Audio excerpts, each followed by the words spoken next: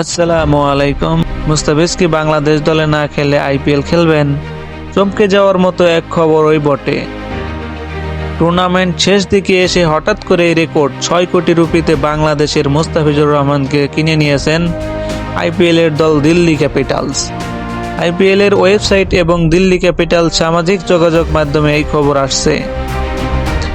কিন্তু মুস্তাফিজ কিভাবে খেলবেন আইপিএল ম্যাচ? আইপিএল খেলার জন্য বিসিবির কাছে অনাপত্তিপত্র চাননি বাংলাদেশ দলের এই বাঁহাতি পেসার। পূর্ণ নির্ধারিত সূচি অনুযায়ী আজ রাতে বাংলাদেশের দলের দ্বিতীয় বিভাগের সঙ্গে সংযুক্ত আরব আমিরাত যাচ্ছেন তিনি। এটাই জানে সবাই। শারজায় ১৭ ও ১৯ মে দুইটি টি-20 সিরিজ খেলতে দলের ক্রিকেটারদের প্রথম ভাগ আমিরাতে চলে গেছে আজ সকালে। ওদিকে আইপিএলের লিগ পর্বের দিল্লির শেষ 3টি ম্যাচ হবে ১৮, ২১, ২৪ মে। কাজেই আমিরাত সিরিজের খেললে দিল্লির হয়ে প্রথম ম্যাচ খেলতে পারার কথা নয় মুস্তাফিজের। তবে ১৯ মের পর তিনি চাইলেও বিসিবি অনাপত্তিপত্র দিলে মুস্তাফিজ আইপিএলে যোগ দিতে পারেন।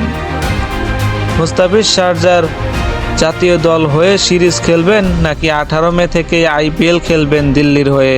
বিকেলে মুঠোফোনে এ বিষয়ে জানতে চাওয়া হয়েছিল বিসিবির প্রধান নির্বাহী কর্মকর্তা নিজামুদ্দিন চৌধুরীর কাছে।